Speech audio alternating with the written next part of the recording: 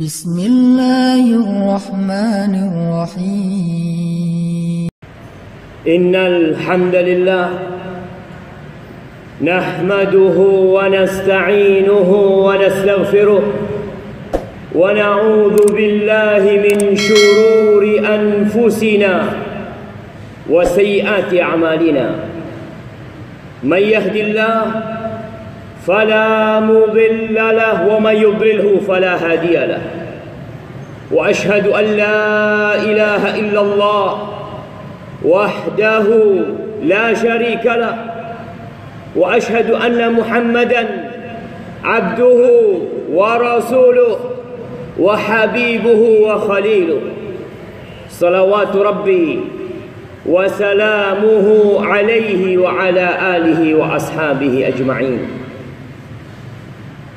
أما بعد فيا معاشر المسلمين وزمرة المؤمنين رحمكم الله أوصيكم ونفسي بتقوى الله فقد فاز المتقون قال الله تبارك وتعالى يا أيها الذين آمنوا اتقوا الله حق تقاته ولا تموتن إلا وأنتم مسلمون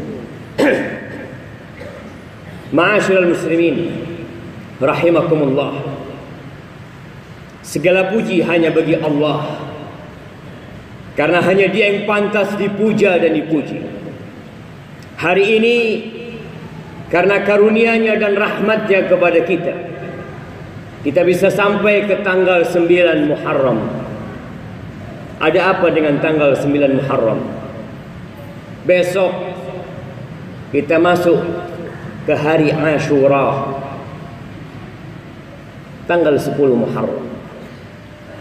Rasulullah sallallahu alaihi wasallam ketika beliau berhijrah meninggalkan kota Mekah menuju ke kota Madinah, sesampainya di kota Madinah, tepatnya pada tanggal 10 Muharram, Nabi alaihi salatu wassalam mendapati orang-orang Yahudi berpuasa pada tanggal 10 Muharram. Maka beliau bertanya kepada mereka, "Ma hadza? Ada apa ini? Kenapa mereka berpuasa pada tanggal 10 Muharram?" Apa jawaban orang-orang Yahudi?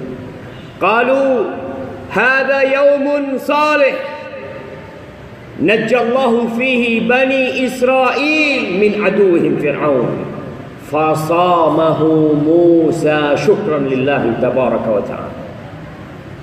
Ini hari adalah hari yang baik.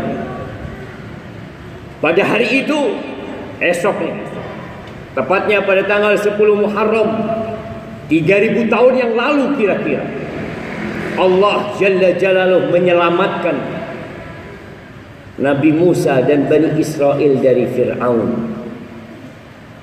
Lalu Musa berpuasa pada hari itu sebagai bentuk syukur kepada Allah atas nikmat yang diberikan. Jamaah rahimakumullah, apa kata Nabi alaihi salatu wassalam?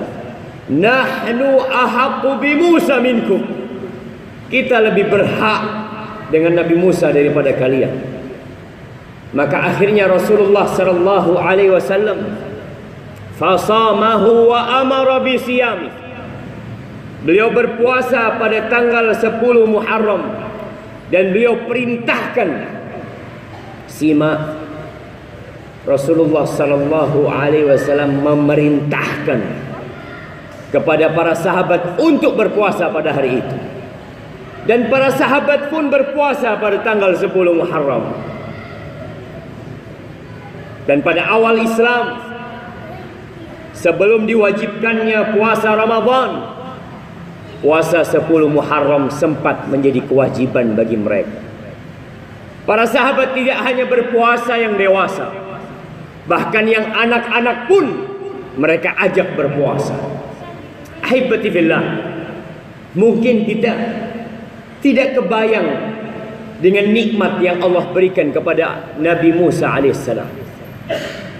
Mungkin kita yang tidak pernah membaca sejarah, tidak pernah mengikuti kisah Nabi Musa alaihissalam, tidak tertarik untuk berpuasa di bulan Muharram, khususnya besok pada tanggal 10 Muharram. Sebagian di antara kita menganggap 10 Muharram seperti hari biasa.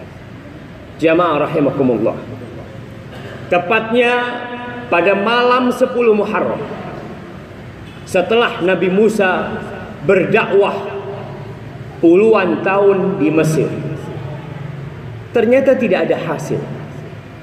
Fir'aun yang diajak kepada Allah dengan ucapan yang penuh kelembutan, tapi ternyata dia tetap mangkir dari panggilan Sang Pencipta.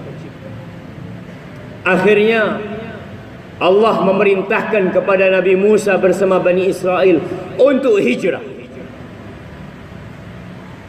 Ingat, kita baru saja meninggalkan tahun 1438 Hijriah. Kita ingat tuh dengan kata-kata hijrah. Ketahuilah, orang yang hijrah itu yang sebenarnya man hajara ma nahallahu anhu. Yang disebut seorang penghijrah yang hakiki adalah orang-orang yang meninggalkan apa yang dilarang oleh Allah. Jamaah rahimakumullah, malam hari itu Nabi Musa membawa Bani Israel untuk meninggalkan Mesir. Kalian bayangkan, peristiwa itu terjadi nanti malam, kira-kira 3000 tahun yang lalu, tepatnya malam 10 Hijriah. Dan kita tahu kalender Islam dimulai dengan terbenamnya matahari. Nabi Musa bergerak dengan Bani Israel, tapi ternyata jalan menuju pelarian hilang. Mereka tersesat. Maka Nabi Musa heran. Beliau kembali mengatakan kepada kaumnya, "Mahadha, kenapa kita kok bisa tersesat? Jalan yang sudah dipersiapkan untuk melarikan diri, untuk berhijrah meninggalkan Mesir menuju bumi Allah yang lainnya, di mana mereka di sana bisa menegakkan syariat Sang Pencipta." Apa kata ulama-ulama Bani Israel? Mereka mengatakan, "Inna Yusuf alaihi salam qabla an yamuta akhadha alaina mawthiqan." Nabi Yusuf alaihi salam, sebelum beliau meninggal dunia, beliau mengambil perjanjian buat kita semuanya. Apa isi perjanjian tersebut? "Alla nakhruja min Misr illa bi'idhami." Kalau kita tidak boleh meninggalkan Mesir kecuali membawa jasadnya Nabi Yusuf alaihissalam. Maka tatkala itu Nabi Musa yang selama hidup berada di Mesir, beliau tidak pernah tahu dengan kuburan Nabi Yusuf. Maka beliau bertanya, "Waman yadri qabra Yusuf?" Siapa yang tahu dengan kuburannya Nabi Yusuf alaihissalam? Kata mereka, "Nggak ada yang tahu, kecuali ada satu wanita tua renta yang berumur panjang yang dia tahu sama kuburan Yusuf alaihissalam." Faba'atha ilaiha, diutus orang untuk membawa wanita tua renta ini. Lalu Nabi Musa berkata kepada dia, "Dullini ala qabri Yusuf."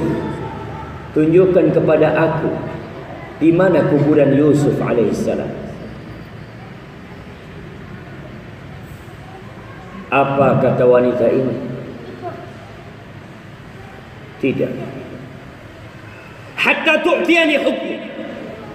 Aku nggak akan kasih tahu kecuali permintaanku kau kabulkan. Wanita yang sudah tua renta, yang sebentar lagi mungkin dia akan mati, meninggalkan dunia ini, meninggalkan segala keindahan ini. Apa yang diminta wanita ini? Ingin kembali muda, ingin kembali cantik, ingin kekayaan. Wanita tua ini berkata kepada Nabi Musa alaihissalam ketika ditanya, "Wa ma hukmuki?" Apa permohonanmu? Qalat akunu ma'aka fil jannah. Aku masuk surga bersamamu di surga. Aku bersamamu di surga. Itu yang aku minta. Itu harga untuk pengetahuanku atas kuburan Nabi Yusuf alaihissalam. Nabi Musa merasa berat permintaan itu.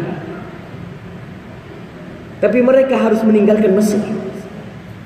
Kalau tidak mereka akan dibantai dan dihabisi oleh pasukan Fir'aun. Lalu Allah wahyukan kepada Nabi Musa untuk diberikan apa yang dipinta oleh wanita tua ini. Akhirnya wanita tua ini menuju ke sebuah danau. Lalu dia mengatakan, "Indibu hadza," keringkan air. Dikeringkan airnya. Kemudian dia menunjuk ke satu lokasi, "Ihfiru huna." Kalian gali di sini. Maka digalilah di tempat itu dan ditemukan jasadnya Nabi Yusuf alaihissalam. Falamma rufi, ketika diangkat jasadnya Nabi Yusuf, jalan menuju pelarian itu seperti siang hari. Ingat, kejadian itu malam 10 Muharram. Mereka berangkat akhirnya membawa jasad Nabi Yusuf. Terus berlari. Dan Fir'aun telah mempersiapkan semua pasukan. Seakan-akan tidak satu pun ditinggalkan untuk menghabisi Bani Israel. Terus kejar-kejaran itu. Akhirnya di pagi hari Nabi Musa sampai bersama kaumnya. Sampai ke mana? Sampai ke lautan. Sampai ke pesisir. Tidak ada perahu yang bisa menyelamatkan mereka. Dan tatkala itu pasukan Fir'aun sudah bisa dilihat oleh mereka. Apa kata Allah menceritakan kondisi ini? Tatkala Bani Israel menghadapi lautan di depan mereka dan menghadapi Fir'aun di belakang mereka. Falamma tara al-jam'an qala ashabu Musa inna lamudrakun. Ketika mereka saling melihat, sahabat-sahabat Nabi Musa, Bani Israel mengatakan, inna lamudrakun, habis. Udah kelihatan kita bakal dihabisi oleh pasukan Fir'aun. Jamaah, Nabi Musa mengajarkan kepada kita untuk selalu husnudzon kepada Allah, untuk selalu optimis dalam menghadapi kehidupan ini. Pasti ada jalan keluar kalau kau mau itu. Apa kata Nabi Musa? Kalla inna ma'iya rabbi sayahdi. Gak mungkin mereka bisa menghabisi kita. Sesungguhnya bersamaku ada Rabbku, dan dia pasti memberikan petunjuk kepadaku tentang jalan pelarian itu. Wa auhayna ila Musa anidrib bi'asakal bahr. Ketika itu Allah wahyukan kepada Nabi Musa, pukul lautan itu dengan tongkatmu, maka akan terjadi satu mukjizat. Lautan itu terbelah menjadi 12 jalan. Setiap kabilah Bani Israel melewati jalan itu, sehingga mereka lari meninggalkan Mesir, menyeberangi lautan. Dan Fir'aun bersama pasukannya mengejar. Tatkala Bani Israel sudah sampai ke daratan, Allah hilangkan jalan itu. Mereka tenggelam ditelan oleh lautan. Jamaah, sebuah nikmat yang agung. Bani Israel bertahun-tahun melihat bayi-bayi disembelih oleh Fir'aun. Wanita-wanita diperbudak oleh Fir'aun. Tatkala mereka selamat dari Fir'aun, tatkala Nabi Musa selamat dari Fir'aun, akhirnya Nabi Musa menjadikan tanggal 10 Muharram sebagai waktu untuk berpuasa. Dan Nabi kita Muhammad SAW dan kita umat Islam lebih pantas untuk mengamalkan hal itu, untuk mensyukuri nikmat itu. Sehingga ingat, Rasulullah SAW berpuasa esok hari tanggal 10 Muharram. Berpuasalah besok bagi yang mampu. Dapat apa orang yang puasa esok hari?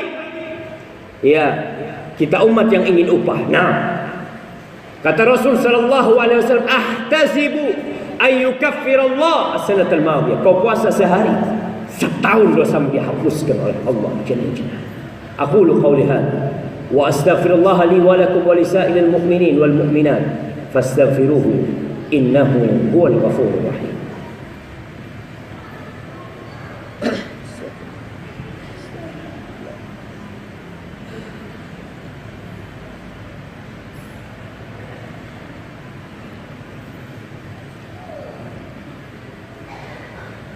Alhamdulillah Rabbil Alamin,